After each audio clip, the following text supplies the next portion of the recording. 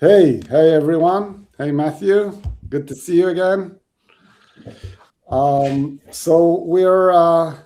we're hitting off this webinar on a super interesting topic of the notion of build versus buy for the agentic era and the AI area for homegrown application for enterprise uh, customers.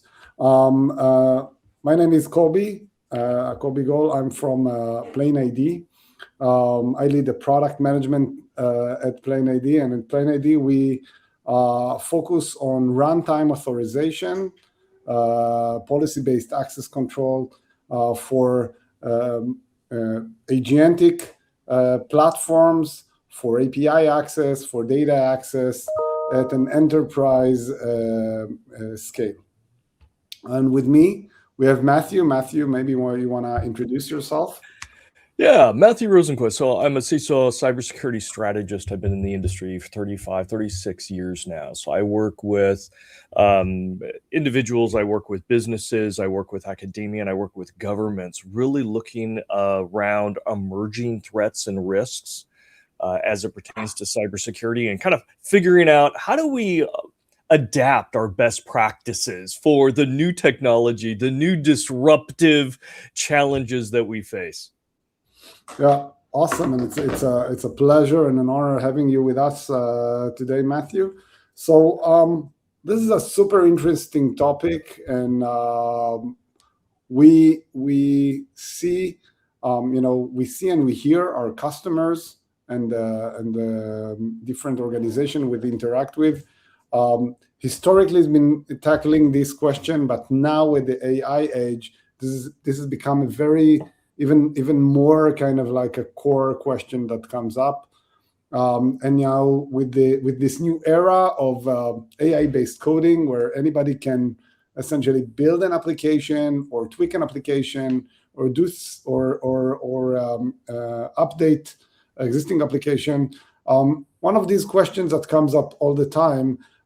I can do a lot of stuff myself right now in a way faster manner. So is it right for me to start building out or enhancing my authorization for different applications using AI, using this coding skill and building kind of using that AI capabilities that are out there? There's this amazing coding capabilities to integrate authorization mechanisms and access control mechanism homegrown applications. And I think it's an interesting question. It's been historically this open question for the do-it-yourself versus buy, and even more interesting right now. So I'd like to start maybe with our first point. Kind of a key consideration is about what we're speaking about.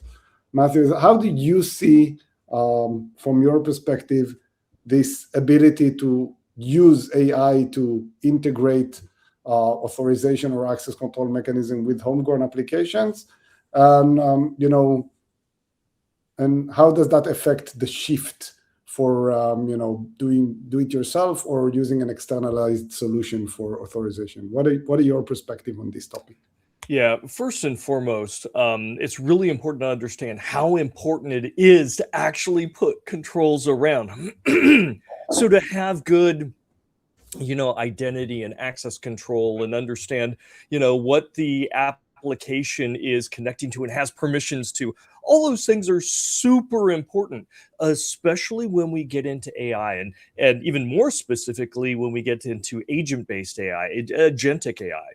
So we need to do that. If we don't do it, it creates tremendous gaps and opportunities for either accidental exposure or damage, or opening the door to malicious actors. So first off, very, very important. Now, when we start using AI to code, it wants to be as efficient as possible. So it's really about practicality. Does the code work?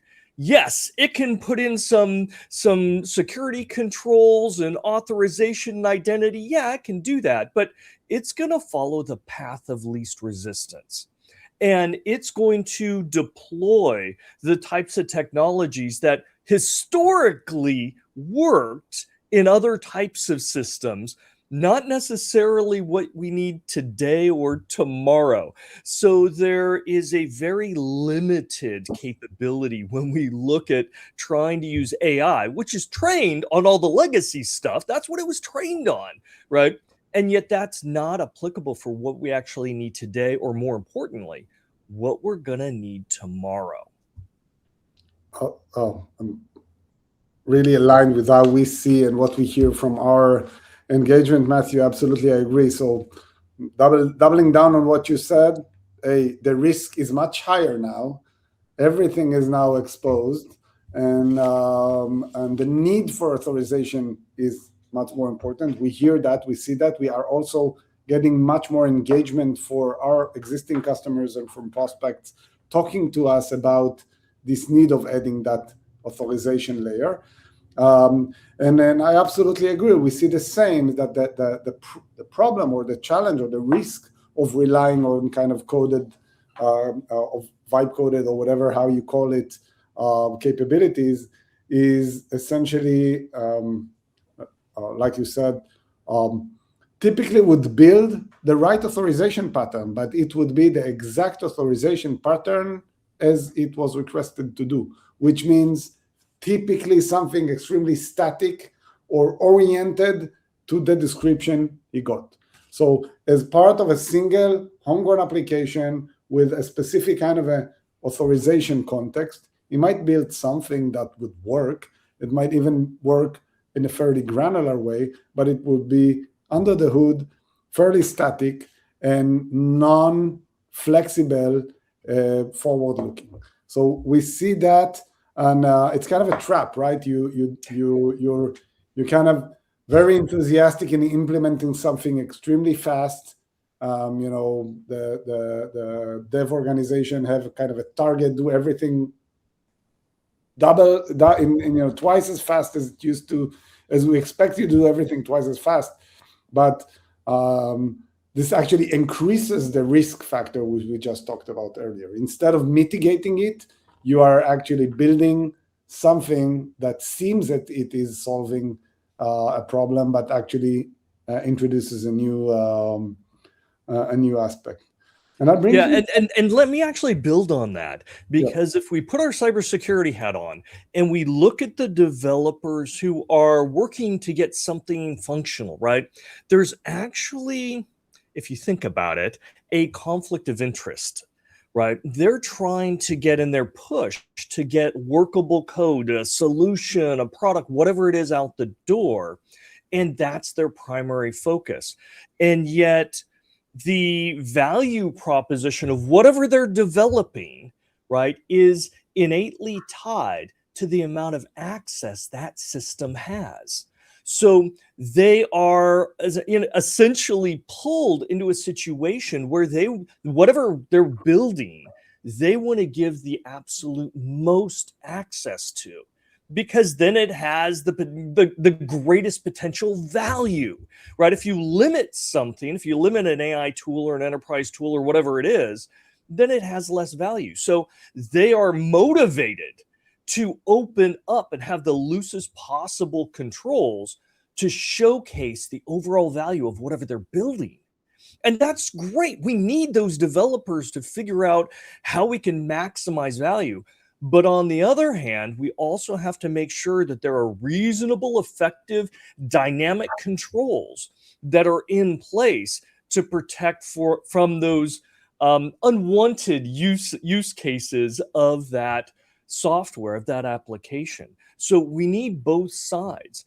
And if we simply delegate security to the coders that are developing this, it's natural, not malicious, it's just natural for them to want their tool to have the most access and permissions possible, which is probably more than what is needed or recommended.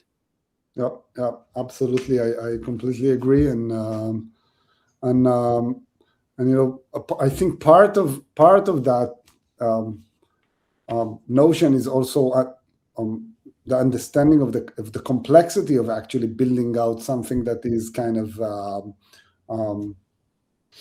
built in a way that is systematically answers all the core needs of, in one hand, allowing the business to grow fast, on the other hand, doing that in a very secure way. And that's why runtime enforcement is so important, the way we perceive it. And maybe you can, share your view of the differences between static and runtime authorization as a notion, and kind of like what makes it complex, or why it's so important, and in your experience, in your view. Yeah, well, static controls are great for a static environment, right? For an application that is very, very narrow and it only does one thing, right? Like a unitasker. Static controls are great. They're cheap, they're fast, you can put them in place and not worry about it. But that's only good for monolithic, very, very narrow kind of use cases. But when we talk about AI, especially agentic AI, this is all about a dynamic capability where you can ask it questions. It can go off and figure answers. It can spawn children agents and have them go off and play and come back. So when you try and put simple rules, right, a little sandbox around that, it doesn't work very well. Now, it might work pretty well in testing, right? Because you're only going to test that tool for the 2 or 3 things that you want it to do.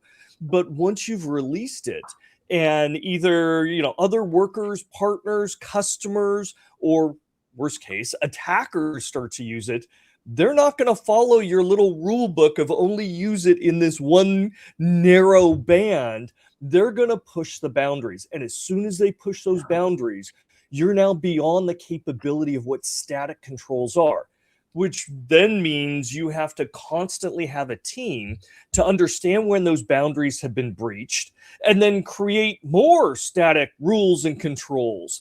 And then you get into this conundrum that you're always responding and cleaning up after that, and then trying to create these layers of static controls that typically don't work very well with each other because they're just built layer upon layer, not understanding the big picture. So if you start with static controls, you're going down a path that is very limited, that it will become extraordinarily time consuming and expensive with a lower return, right? A lower effectiveness. You have to start from a mindset that these tools and software with AI, and especially agentic AI, they are dynamic by nature. Therefore, the controls must be equally dynamic to keep pace with the representative risks that they bring in. Awesome. I appreciate that insight, and to add to that, we've been seeing, and we've kind of built a blueprint, kind of an architecture diagram that illustrates some of the complexity that associate, especially with, like you said, the agentic kind of framework, where AI agents spawn, and there's no HR process to onboard a human employee, right? They rise up and they come in. And to illustrate that, let me try and share my screen quickly. Let's see if it works. Yeah, hopefully this is visible. Yep. Yeah. So just placing the full screen. So this is kind of a very, and I'm not going to go into detail here. That's not a purpose here. But what this tries to convey is that for an agentic IAM architecture blueprint, you need to take into consideration a lot of different moving parts, as you rightfully said, and there's the identity side of the existing users and services and different agents, as you mentioned, and those agents can come in and spawn spontaneously. They're not provisioned, not necessarily provisioned, and not necessarily managed, and they might be from different groups within the organization, and they have different resources they're trying to access, and like you said, those resources on one hand, we want to give them a lot of access, to give them as much permission as possible to make them effective, to help the business move fast. But on the other hand, we want to reduce the risk, and there's a huge amount of risk here because of the non-deterministic nature of their behavior. So in order to control that, there's a variety of different aspects you need to take into account, starting from the identity itself on, who are the agents? How do you express the agent identity? And, as an organization, big organization, they typically have multiple kind of technology stacks where they use different agents from different hyperscalers or third parties or homegrown, which are all there. And you need to somehow orchestrate or govern all of these.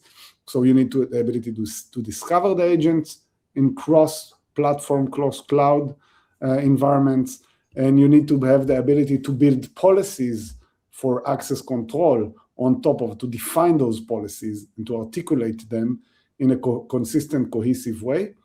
And even more complex is to actually enforce those policies on the different domains that those agents play around with, right? And that's where the runtime authorization really shines, because you have to have something extremely dynamic that has the ability to evaluate and provide the right access based on the right context at the right time, and on kind of the context and the composite identity of the agent and the external identity that invoked that agent, be that a human or a machine or a system account or a workload or whatever. And lastly, there's the aspect of observability. So again, just a quick example of how we see and our customers see the complexity of this domain, and why building this yourself or using an AI coding agent to build it is typically not as comprehensive, or not as doesn't cover all the aspects that you need to take into account. So let me just this is a complex problem that constantly changes, right? So you're covering two really important areas, right? You're covering the context. Where do these agents originate from? Who's behind them? What permissions do they have, right? What access are they being granted? Where are they being routed from? All those kinds of things. That has to be there. But then there's another piece, right? And that's the intent. What is the AI agent trying to do, right? Or the child agent trying to do? And that you have to really be dynamic. You have to be looking at it in that runtime kind of speed, because it's adapting, it's changing, it's evolving. It tries to do something, it can't do it. It's going to go, come up with a different plan and try a different way. So your controls have to align with intent, understand it. And that's where you can start to figure out, am I going to allow this? Am I not going to allow this? What permissions are required? What are the minimum permissions are required? How long do they need to have them? All those kinds of things. And that's where, if you're going to try and build this yourself, you're just going to fail, right? It's good enough for developers to figure out that context. They can figure out, okay, is it the right user? Is it the right token? Is it the right key? Right? That's a basic check. But right there, that's where you're going to stop. You're not going to be able to figure out that intent and the controls around that intent, and then adapt your controls as that intent potentially changes in real time. So that's not something the developer is going to be thinking about. And to do that is a heavy, heavy lift. And then you have to manage it. You have to understand it. What rules are effective and aren't? Which rules are the attacker or the untrained user getting around, right? Can we audit that? Can we show that it's effective? Right. So now, and if you do that for each application, now you're compounding, right? Who's going to do all that? And then correlate all those findings together. It just doesn't make sense for developers to try and do that for every little project or solution or product or whatnot. It just doesn't scale. So as a CISO of an organization, of a big of an organization that have thousands of people, and employees, which build hundreds and thousands of different applications, each of its own, building out stuff. Maybe they do it really fast, but it's all kind of silo and fragmented in a sense, right? How do you actually govern that? Like, right? How can you do that? And I also think, right, there's probably regulatory requirements here and compliance requirements that you need to fit in, which are, again, like you said, compounded. Suddenly there are thousands of agents doing stuff around, and we need to govern all that stuff. How does it look from a CISO point of view in your experience? It's a nightmare, right? It really is, because not only is it the 1,000 today, it's the 10,000 tomorrow, or the 100,000. And what happens when a coder starts creating programs and abandons them, right? How do you track all the legacy stuff that maybe isn't used anymore, right? But it's still potentially there. And I mean, there's all sorts of complexities here.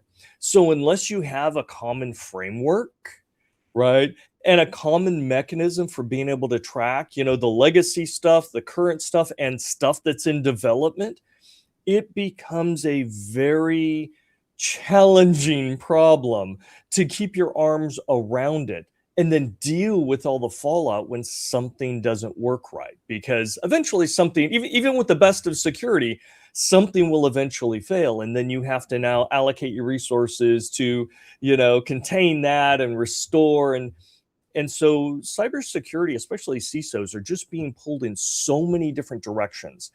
And here is the problem. We then tend to focus on what's on fire right now. And if that's all we're focused on, we're going to spend all our resources to put that fire out. And we're not thinking, well, what about tomorrow? What about next week? How are my decisions today, the standards I set, the required tools and oversight, the compartmentalization, right? The segmentation. If I'm not on top of that, I'm simply abdicating my security for tomorrow outside of what I can control. So it's got to be a more strategic decision that I need to establish certain controls, certain standards that can work across the environment for all the new applications that are coming in. Because now then I have that oversight, I have that auditability. I can make a single change that potentially could secure or improve the security across a whole host of dozens or hundreds of applications, which means tens of thousands or hundreds of thousands of potential agents being spun up and shut down constantly.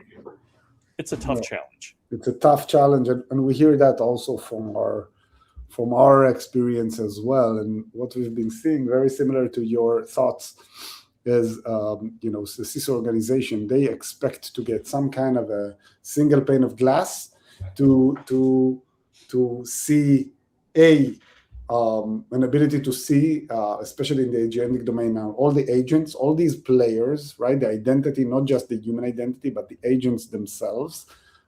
Try to figure out if there's new agents spawned and how we identify, discover them, and find them, right? So that's one thing they want to look at. And then, as we talked about, they want to apply a policy or apply a rule, apply a logic that says, whatever agent that comes on board,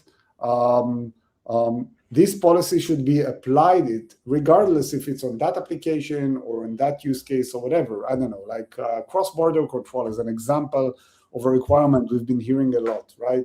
I want people from, my procurement people from Spain to be able to see only the procurement records that are associated with their Spain region. And people from the US should be, a support team from the US should only be allowed to see support tickets from US. That's a very common use case we see. But in order to apply that separately in different fragmented way, it's fairly hard. But from a policy perspective, it's a fairly straightforward policy, right? I want support people to get access to tickets if their region, if it's on the same region. So that's fairly straightforward, and it allows the ability to articulate the rule or the business logic of the enforcement that I want to make. And on the other hand, having everything consolidated in kind of a centralized manner allows me to also get the auditing capability of, the actual different systems that interact with those policies and actually get enforced. So I think, at least on our experience, the ability to externalize the authorization and allow it, A, to be dynamic, and B, policy oriented, which means a logic is applied and not kind of a static, a bunch of static rules which are unmanageable. And then lastly, the ability to audit what happened, when did it happen, in which context it happened. It's extremely valuable. And I think building this yourself is very hard, or it's actually unrealistic, because if it doesn't come in a regulated or consolidated way in a big organization, it just won't scale. Yeah, because you need consistency and comprehensiveness with everything you're talking about. And this oversight, this control, this centralized control plane, a lot of people, look at it from a limited value perspective, that it's going to help me prevent bad things, which it absolutely will. And there's a huge ROI in that. But the ROI doesn't end there, because there's also, you need that control plane for your detective capabilities too, for when things go wrong, right? Somebody isn't following the policy, or something's going off, or an attacker gets by. So you need it for not only the preventative, you need it for the detective, and then you need it for your response capabilities too. So, I was the first incident commander at Intel, so I owned any time the company was attacked. And again, these types of controls play into your ability to be able to figure out what's really going on, right? Narrow down to what's being affected right now and what will likely be affected, so that you can interdict that. And then that helps you with, okay, how do I recover in such a way that I can't continue to be victimized? I have to put new controls in place to make sure that attack doesn't immediately happen again in real time. So, this type of centralized control plane, benefits organizations from the preventative, from the detective, and from the response capabilities. So it's not just prevention. It's the value is greater than that. Absolutely. I completely agree. And that's what we see as well.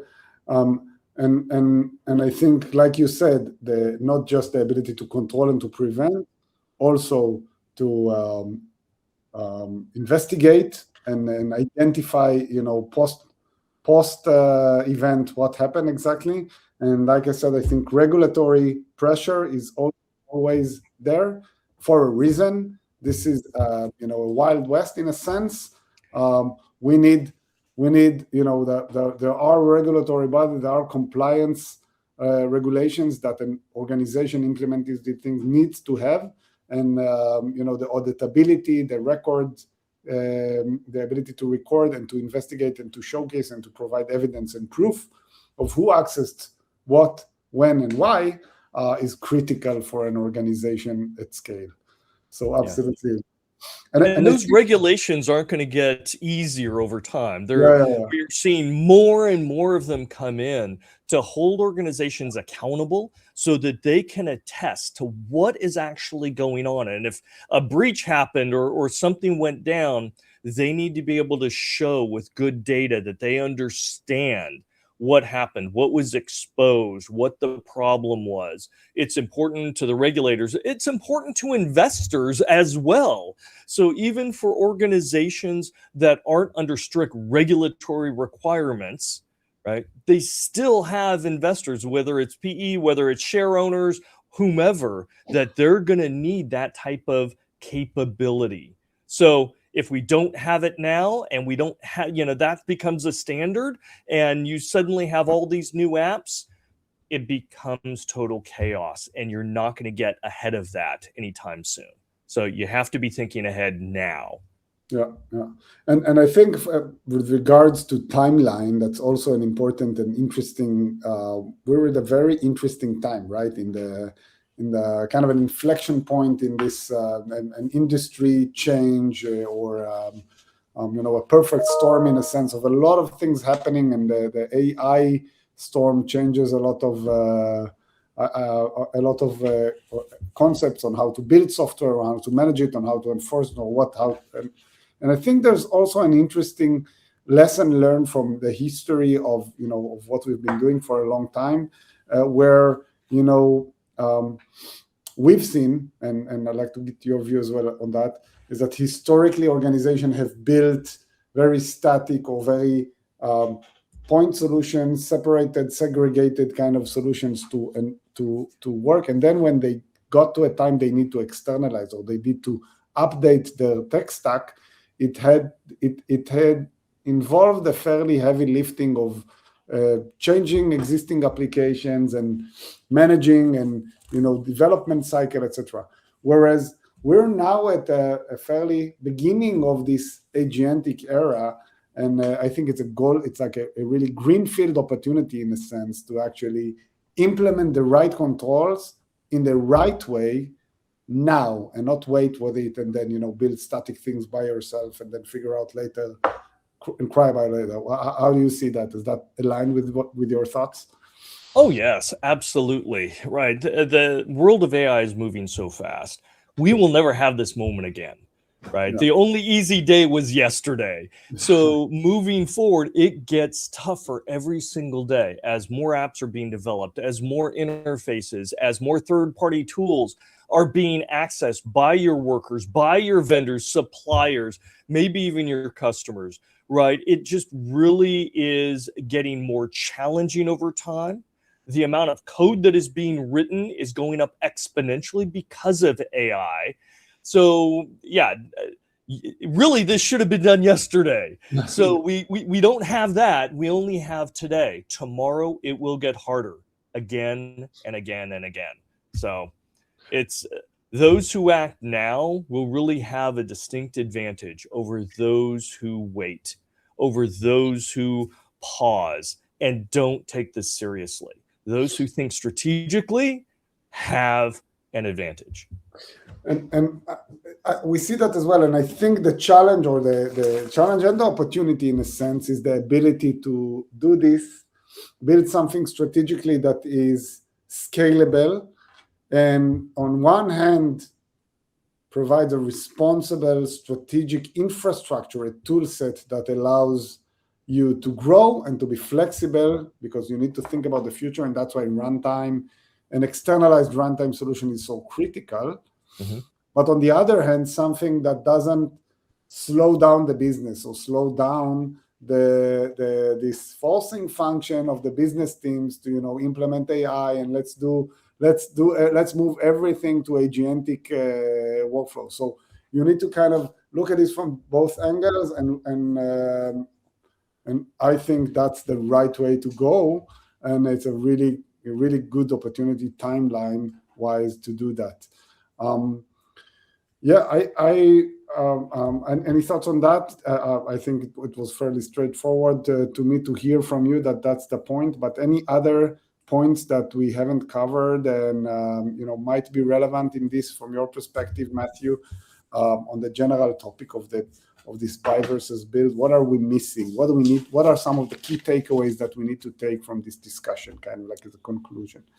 Well, I think one of the key takeaways is really around the fact that AI is so dynamic, and what we're dealing with today is not the end story. It's going to continue to evolve. So we need tools and capabilities that can keep pace with that capability, right?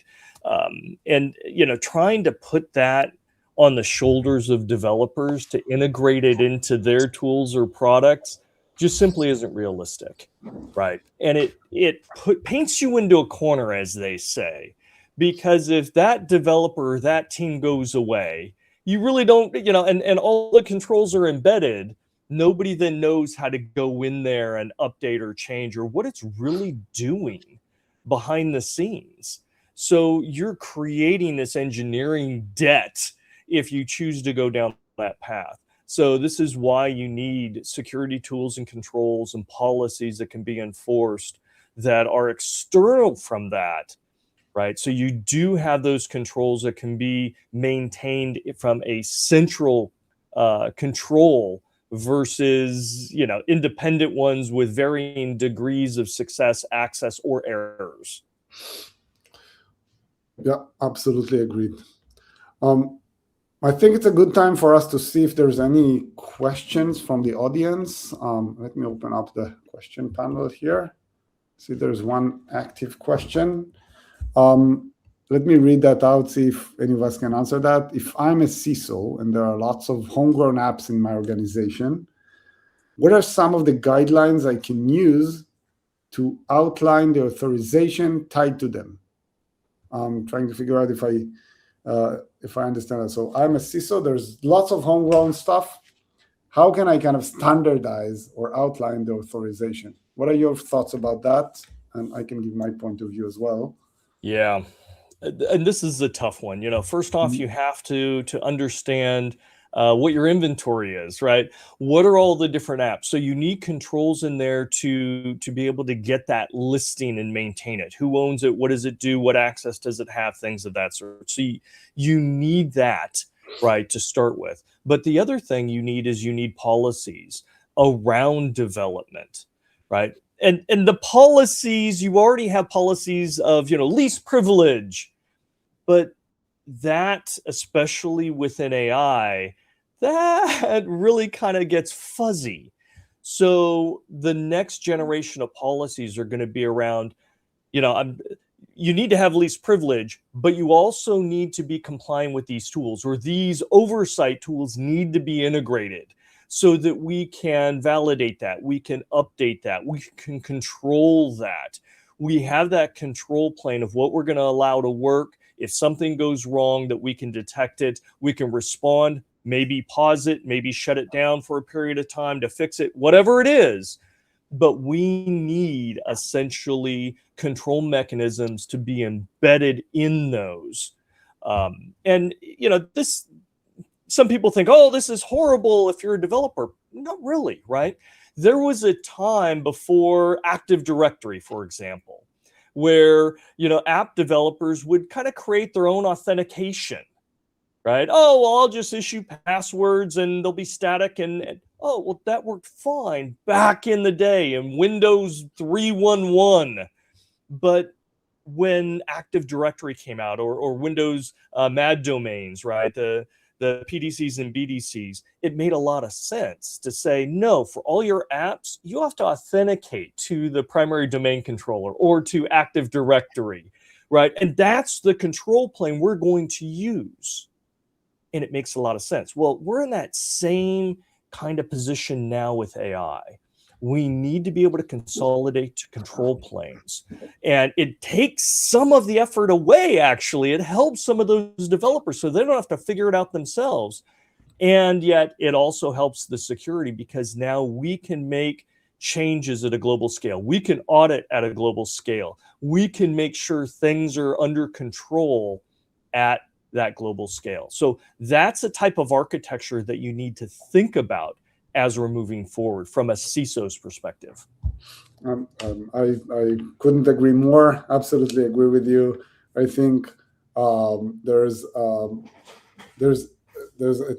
the right time for a CISO, or for the CISO organization, to define how this should look for their development teams, give them guidelines. This is the pattern. Give them standardized, externalized mechanism to handle the authorization. It takes the actually heavy load off them, and also allows the CISO to get that central visibility and enforcement layer, and provide something way more flexible for the AI age, which would be future-proof and not statically defined. So it's the architects team, the CISO team's role to actually enforce that and make sure that developers in their organization follow that guideline. So we're right on that. I think if I see correctly, there's no more question, but I wanted to highlight that if anybody in the audience or somebody is listening to this live recording has any question, he can feel free to reach out to any of us on LinkedIn, on the PlainID website, and we'll be happy to continue this conversation and discuss. I think this is a critical topic, critical time, and a lot of everybody's in the industry's mindshare is on that. So very important. Matthew, it was an amazing pleasure to have you, an honor and pleasure to have you with me today. Any last words from your perspective before we kind of tune this session out? Now, it's a great topic, and it's something that security professionals really need to be thinking about now. We don't want to have to dig ourselves out of a hole, right, later on. So the more effort we can put in now, that pays dividends for the future. So I think it's a really important topic to be considering. Awesome. Thank you. Looking forward to hearing more of your thoughts and from the people on the audience to reach out to us and continue this conversation. Thank you very much, everybody. Have a good day.